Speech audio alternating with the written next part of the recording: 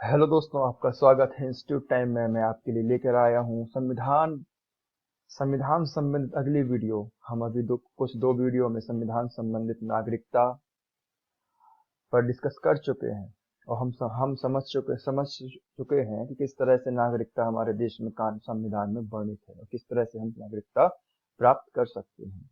नागरिकता अर्जन के तरीके, उसमें हमने 5 तरीके समझे हैं। तो वह क्या क्या हैं, इन सारी बातों को हम देख चुके हैं। आज मैं लाया हूं आपके लिए संविधान के स्रोत।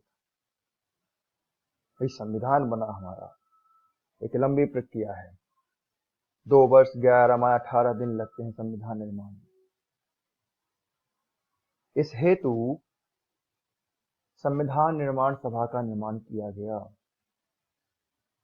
11 दिसंबर 1946 को प्रथम बैठक होती है तथा इसके अध्यक्ष डॉक्टर राजेंद्र प्रसाद को बनाया जाता है। संविधान निर्माण के समय बहुत सारे स्रोत लिए गए होंगे। ऐसा तो है नहीं कि संविधान बैठकर किसी पुस्तक को उठाकर बना दिया गया हो। कई संविधान निर्माता विशेषज्ञों ने अपनी राय दी, विभिन्न समितियां बनी, सिफारिशें लगी, तब कहीं हमारा वर्तमान संविधान जो स्वरूप है हमारे संविधान का बन पाया, निर्मित हो पाया। तो इस संविधान के लिए विभिन्न स्रोतों से जानकारियां ली, अलग अलग देशों के संविधान को समझकर उसमें जो हमारे देश के लिए अच्छे अनुबंध थे उनको लिया गया। तो आज हमारी चर्चा उन्हीं विदेशी स्रोतों पर है, क्योंकि यदि हम गौर करते हैं हमारे संविधान पर, तो हमारे संविधान में बहुत बड़ा भाग, हमारे संविधान का बहुत बड़ा भाग कहाँ से लिया गया है। तो यदि हम बात करते तो हमारा 1935 का अधिनियम, सबसे बड़ा भाग भारत शासन अधिनियम 1935 से लिया गया है। एक बृहद भाग, यदि मैं याद कर पा रहा हूं तो 395 अनुच्छेदों में से 295 लगभग अनुच्छेद कहां से लिए गए हैं? 1935 भारत शासन अधिनियम से लिए गए हैं। उनमें उस अधिनियम की बात करें तो उसमें महत्वपूर्ण बिंदु कुछ इस तरह है कि राज्यपाल का कार्यकाल हो गया, न्यायपालिका का ढांचा, किस तरह से न्यायपालिका हमारे देश में स्ट्रक्चर्ड है, उसकी क्या संरचना है, लोक सेवा आयोग 1935 के अधिनियम से लिया गया है। हाँ, विदित है कि इसे बनाया 1919 अधिनियम के तहत 1926 में था, पर जो वर्तमान स्वरूप है हमारे लोक सेवा आयोग का, वह कहां से लिया गया है? भारत शासन अधिनियम से लिया गया है। और भी देखते हैं आपातकालीन उपबंध क्या है। आपातकालीन उपबंध, यह भी हमारे भारत शासन अधिनियम 1935 से लिए गए हैं। शक्तियों का विवरण, 3 सूचियों की बात करते हैं हम, संघ सूची, राज्य सूची, संवर्ती सूची, तो यह कहीं ना कहीं भारत शासन अधिनियम में वर्णित थे, तो उन्हें वहां से उठाकर हमारे संविधान में जोड़ा गया। पर आज का हमारा टॉपिक है कि विदेशी स्रोत क्या रहे हैं। भारतीय संविधान में भी अलग अलग अनुच्छेदों की बात की गई है, तो उनके लिए विदेशी स्रोत, विदेशों से हमने क्या अर्जन किया है, कौन कौन से अनुच्छेद हैं, कौन कौन से नियम हैं जो हमने विदेशी संविधान के स्रोत से लिया गया है। चलिए हम देखते हैं कि कहां से कौन सा अनुबंध किस देश के संविधान से लिया गया है। हम एक एक करके एक एक देश की बात करते हैं। यदि हम प्रथमतः देखते हैं तो ब्रिटेन का संविधान है। हमने ब्रिटेन से, अमेरिका से, आयरलैंड से, कनाडा से, ऑस्ट्रेलिया से और जर्मनी से लिया है। हमने जर्मनी का वाइमर संविधान था, वहां से हमने कुछ अनुबंध लिए हैं। दक्षिण अफ्रीका हो गया, जापान हो गया, फ्रांस हो गया, यूएसएसआर पूर्व सोवियत संघ हो गया, वहां से भी हमने कुछ अनुबंध लिए हैं, कुछ नियम लिए हैं। चलिए हम देखते हैं प्रथमता कि हमने ब्रिटेन के संविधान से क्या लिया है। सबसे प्रथमता और महत्वपूर्ण है वह है संसदीय व्यवस्था। संसदीय व्यवस्था हमने ब्रिटेन के संविधान से ली है। वर्तमान में जो हमारे संसद का स्वरूप है, द्विसदनात्मक हमारा संघ केंद्र में सरकार है, लोकसभा राज्यसभा, यह स्वरूप हमने कहाँ से लिया है? ब्रिटेन के संविधान से लिया है। कहीं ना कहीं हम ब्रिटेन से अधिक प्रभावित रहे हैं, उसकी व्यवस्थाओं को हमने ज़्यादा से ज़्यादा अर्जित किया है, पर जो हमारे लिए लाभकारी रही हैं, तथा उसमें ऐसा नहीं है कि हमने सीधे वहां से उठाकर पूर्ण स्वरूप ले लिया है, उसमें पर्याप्त परिवर्तन करके हमारे अनुरूप बनाकर उन्हें हमारे संविधान में जोड़ा गया है। यदि हम और भी देखें कि कौन सा अनुबंध लिए गए हैं, तो विधायी प्रक्रिया हो गई, एकल नागरिकता, इसकी बात हमने नागरिकता में भी की है कि हमारे संविधान में एकल नागरिकता का उपबंध किया गया है। मंत्रिमंडल प्रणाली पर उसमें एक रिट भी हम देखते हैं मूल अधिकारों को लागू करते समय, जो हमारे अनुच्छेद 32 के तहत हमें मानवाधिकार का संरक्षण हेतु रिट जारी करने की शक्ति दी गई है हमारे न्यायालयों को। तो उसमें जो परमादेश की शक्ति है वह ब्रिटेन संविधान से लिया गया है। संसदीय विशेषाधिकार, संसद के कुछ विशेष अधिकार होते हैं कि उसकी कार्यवाही को किसी न्यायालय में जांचा नहीं जा सकता, किए गए नियमों को न्यायिक प्रक्रिया में नहीं लाया जा सकता। कुछ विशेष अनुबंध हैं। सत्र के दौरान किसी सांसद को गिरफ्तार नहीं किया जा सकता, कानूनी कार्यवाही नहीं की जा सकती। तो यह कुछ नियम हमने ब्रिटेन के संविधान से लिए हैं। यदि हम अन्य देश में देखते हैं तो उसके बाद हमारे यहाँ संविधान में अमेरिका का संविधान कहीं ना कहीं औचित्य रखता है। इसमें मूल अधिकार, एक नागरिकता के लिए, मैं अभी पिछले लेक्चर में डिस्कस कर चुका हूँ कि एक नागरिक के नैतिक बौद्धिक विकास के लिए मूल अधिकार अत्यंत आवश्यक है। यह उसकी गरिमा प्रतिष्ठा का संरक्षण करते हैं। इसलिए मूल अधिकार का अनुबंध हमने अमेरिका से लिया है। न्यायिकता की स्वतंत्रता, की न्यायपालिका है जो स्वतंत्र होगी। हम देखते हैं कि हमारा सारा संविधान कहीं ना कहीं एक हिरार्की में है, पर न्याय व्यवस्था को अलग ही रखा गया है। महत्वपूर्ण था क्योंकि न्याय एक महत्वपूर्ण हमारे हमारे लिए नागरिक के लिए न्याय महत्वपूर्ण हो जाता है। तो न्यायपालिका की स्वतंत्रता का उपबंध हमने अमेरिका के संविधान से लिया गया है।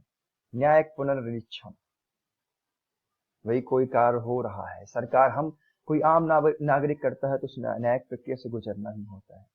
पर ऐसा नहीं होना चाहिए कि हमारे जो पॉलिसी निर्माता है, नीति निर्माता है, वह कुछ गलत अनुबंध कर दें, कुछ ऐसे नियम विधेयक बना दें जो आम नागरिकों के लिए, अन्य लोगों के लिए कहीं ना कहीं समस्या उत्पन्न करते हैं।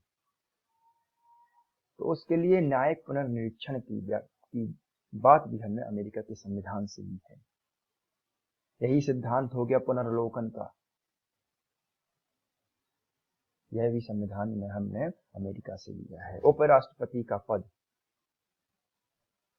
और उच्च न्यायालय के न्यायाधीशों के पद से हटाया जाना, राष्ट्रपति का महाभियोग जो अनुच्छेद 61 में अनुबंधित है कि यदि राष्ट्रपति पर कार्यवाही की गई तो उसे महाभियोग, इम्पीचमेंट के तहत हटाया जाएगा। इसका अनुबंध भी हमने अमेरिका के संविधान से लिया। चलिए देखते हैं अगला, आयरलैंड के संविधान से हमने क्या क्या लिया है। तो नीति निर्देशक तत्व, राज्य सुनिश्चित करेगा कि सामाजिक आर्थिक न्याय किसी नागरिक का सुनिश्चित हो सके। यह हमारे नीति निर्देशक तत्व का महत्वपूर्ण केंद्र बिंदु है। तो यह अनुबंध, नीति निर्देशक तत्वों का अनुबंध हमने आयरलैंड के संविधान से लिया है। राष्ट्रपति की निर्वाचन पद्धति, एकल संक्रमणीय सिद्धांत, मत,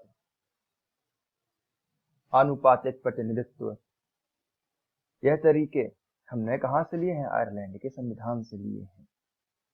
राज्यसभा के लिए सदस्यों का नामांकन, यह अनुबंध भी हमने आयरलैंड से लिया है। यदि हम अगले देश को देखें तो वह है कनाडा। सशक्त केंद्र के साथ वे केंद्रीय व्यवस्था बात करते हैं कि सशक्त केंद्र के साथ संघीय व्यवस्था।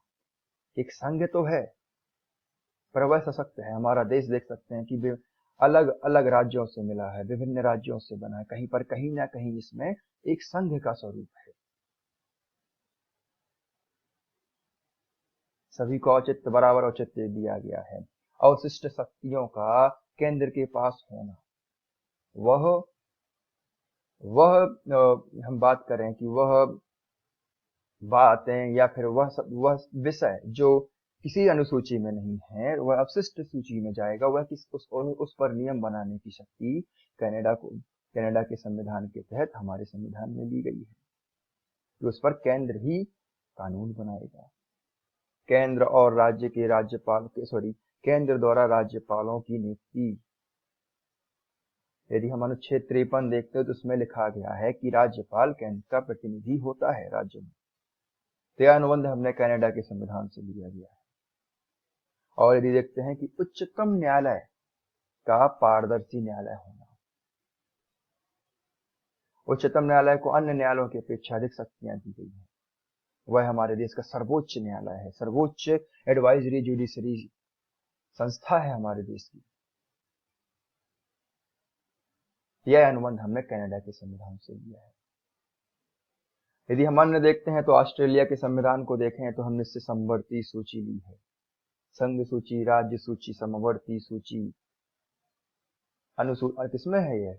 अनुसूची 7 में 3 अनुसूची 7 में 3 सूचियों का वर्णन किया गया है। विषय है कि केंद्र के लिए अलग विषय है, राज्य के लिए अलग है, और जो समवर्ती है वह दोनों के लिए है।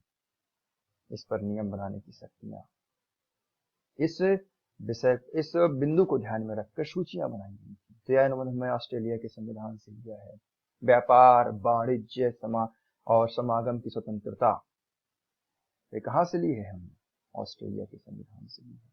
संसद के दोनों सदनों की संयुक्त बैठक, सर मैं यदि ध्यान कर पा रहा हूं तो अनुच्छेद 108 में कहा गया कि संयुक्त बैठक की बात की है कि यदि किसी विधेयक पर, खासकर सामान्य विधेयक पर कोई दोनों सदन में मेल मिलाप नहीं हो पा रहा है, उन पर उस विधेयक पर दोनों एक मत नहीं हो पा रहा है, तो राष्ट्रपति को अधिकार है कि अनुच्छेद 108 के तहत वह संयुक्त बैठक की बात कर सकता है। वाइमर सिद्धांत, जर्मनी के संविधान से हमने आपातकाल के समय मूल अधिकारों का स्थगन लिया है। फ्रांस से हमने गणतंत्रात्मक ढांचा लिया है, गणतंत्र, जहां वंशानुगत शासन की व्यवस्था न हो, जनता अपने प्रमुख को चुन सके। सॉरी माफ करिएगा, लाइट चली गई है, थोड़ा सा फोकस डाउन हो गया होगा। और भी देखते हैं, जापान से हमने क्या है, विधि द्वारा स्थापित प्रक्रिया जापान से ली है। हमने विधि द्वारा स्थापित प्रक्रिया जापान से ली है। और देखें तो हम दक्षिण अफ्रीका की बात करते हैं। दक्षिण अफ्रीका से क्या लिया हम? संविधान में संशोधन की प्रक्रिया 368, अनुच्छेद 368, संविधान में किस तरह से संशोधन किया जाएगा, इसके जो अनुबंध हैं वह हमने दक्षिण अफ्रीका के संविधान में वर्णित थे उससे लिए हैं। और उसके अलावा राज्यसभा में सदस्यों का निर्वाचन, राज्यसभा में सदस्यों का निर्वाचन है दक्षिण अफ्रीका के संविधान से हमने लिया है। यूएसएसआर से क्या लिया है हमने? तो वही मूल कर्तव्य, 11 मूल कर्तव्य जो एक आम नागरिक से अपेक्षा की जाती है, वह हमने सोवियत संघ से लिया है। प्रस्तावना में सामाजिक, आर्थिक व राजनीतिक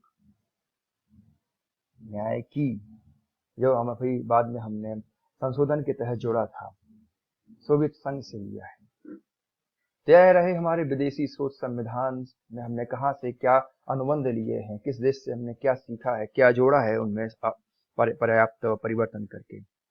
थैंक यू दोस्तों, मैं फिर नया वीडियो लाऊंगा, आप इसे देखें और अपना मत दें, अपना भी फीडबैक दें, किस तरह कैसा कंटेंट लगा आपको, क्या इसमें इम्प्रूवमेंट कर सकता हूं मैं। Thank you.